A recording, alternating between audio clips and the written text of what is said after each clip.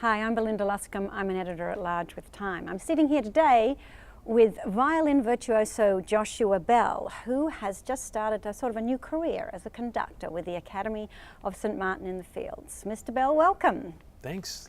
You've got your first conducting CD coming out with the Academy of St Martin in the Fields. How do you play and conduct at the same time? I sit in the first violin chair and I lead everything while I'm playing with the first violin. So it means sometimes I'm playing, sometimes I'm directing with the bow. Sometimes it's just facial gestures. Is conducting like directing? It's very much like directing a film. The conductor has the idea of how they want to pace the piece, how the emotions they want at every moment, and it's maybe sounds easy, but it's not. And is it like directing too, in that everybody who's a performer secretly thinks that they would be a great conductor? This is true, like me. I've been playing for years, concertos, playing with orchestras, watching conductors, and all along I'm thinking, I think I could do that. I've been hearing these Beethoven symphonies my whole life and thinking, I want to hear it this way, you know, and someday I want to get out there and show my way of doing it, and that's what I'm getting to do.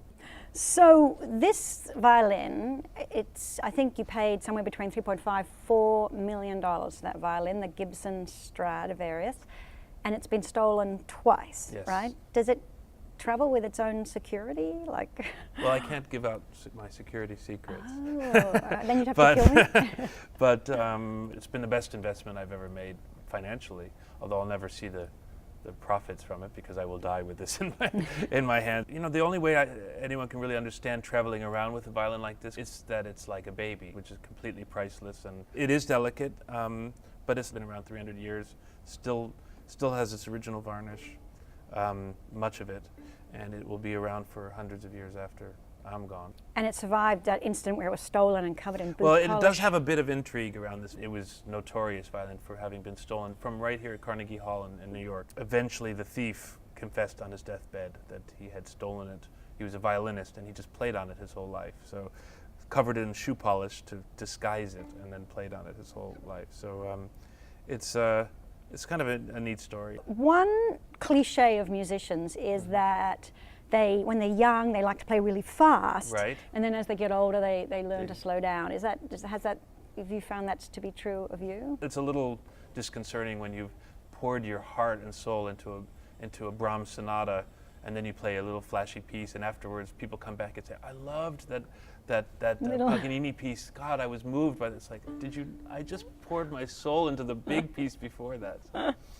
So you are known for sort of experimenting a little bit. I mean, you're obviously a classical player, and the classical canon is your first love. But you've worked with bluegrass musicians, you've worked with Sting, you've worked with sort of Broadway people. Mm-hmm. Is there something you haven't tried yet? I look at music as just being music, and there's good music and bad music as far as I'm concerned. So sometimes it takes me into bluegrass, or because I've met some amazing people like Edgar Meyer and Sam Bush and Bella Fleck and people like that, and they just took me into this world, and I followed that path. And then next week, or actually just recently, they asked me to do a song with Scarlett Johansson for a film called Chasing Ice.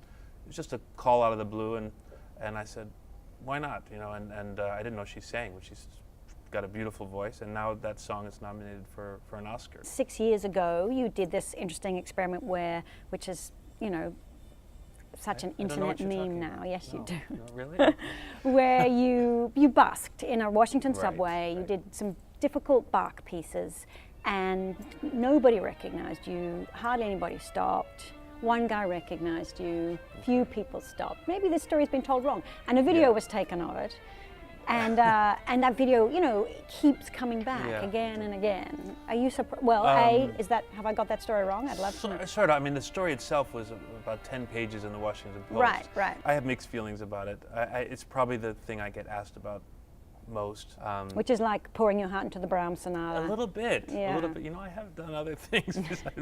But you know what? Someone comes backstage after a concert, after I played the Tchaikovsky concerto, and tells me, you know, I've never been to a classical concert, but I read that article and was intrigued, and now I'm a fan of classical music. I mean, these are audiences I want to reach. With family life, fatherhood, how do you juggle it all? I need balance. I need to get away from music. I'll take 2 days off between concerts and just fly to Las Vegas and forget about music. And Are you a gambler? and I gamble a little bit. And yes. you like the And tables? Well, I mean, what? For me, the adrenaline of performing is like incredible high. And I think when you're used to having that high, you look for it in other things. So I love watching sports and getting that excitement, or going to a blackjack table and risking losing money. It gets the adrenaline up. So it's probably a little bit unhealthy, but.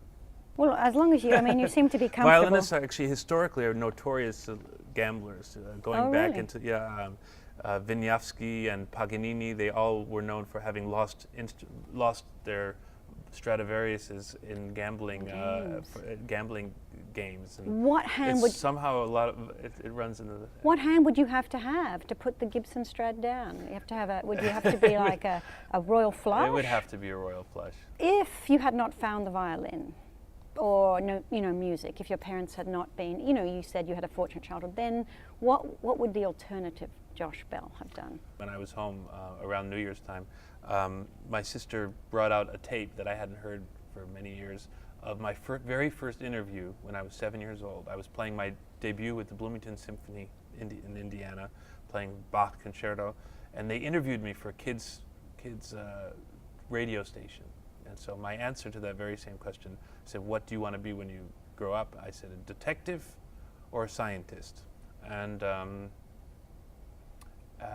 actually both things I could imagine myself doing even to this day. I love puzzles. I love figuring things out. Josh Bell, thanks very much. Thank you.